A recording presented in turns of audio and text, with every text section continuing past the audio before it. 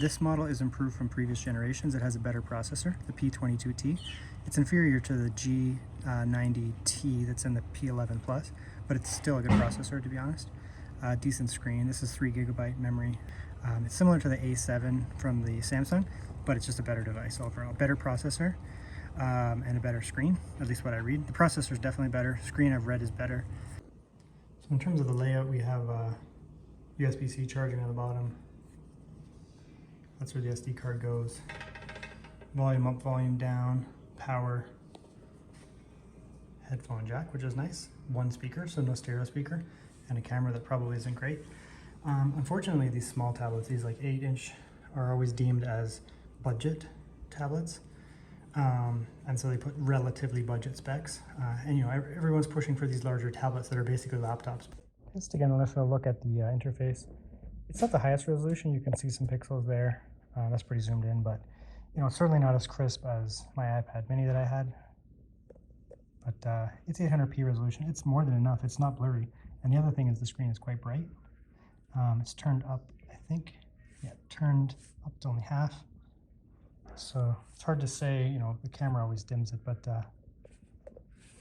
it's actually quite bright and crisp. Lenovo makes really nice screens. I looked at the A7 and the screen looked not only more blurry, but it just was so dark and dingy. This looks quite nice. Again, it's no iPad, but it's nice. Hey folks, welcome back. Did I scare you? Oh my god, I'm so sorry. You never mentioned your heart condition. I never would have. Who doesn't love a good scare? Am I right, fella? I recommend this video, obviously. Let's, okay. That's because they maintain the same pixel ratio, even though this is a smaller screen. This is a big moment for me. In HD. My career at LMG began with the launch of the very first single speaker, no stereo, but I mean, you can use headphones or Bluetooth. Screen looks nice. The iPhone's not really doing the screen justice, but it looks nice to me. This text all looks really crisp.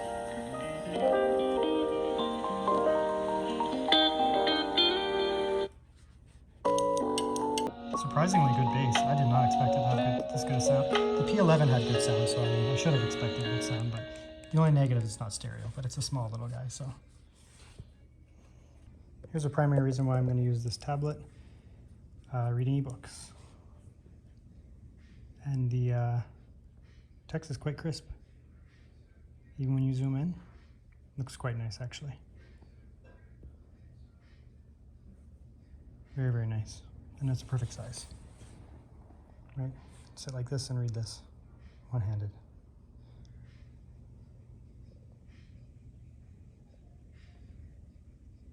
Very, very nice. I went past the intro at the on-screen controls, but now I've connected a via Bluetooth an Xbox Series controller. So I suspect there'll be a little bit of loading here and there when it loads in assets. Once it loads in like that, I bet when it loads in assets it'll be okay. But I suspect there'll be a bit of lag in the beginning. Yeah, see, that's super laggy. Loading in assets, and now we're fine. Contact with enemy. Tango down. He's back. Reloading. Cover me. I feel like this game you have a massive advantage when you have a controller. Target down.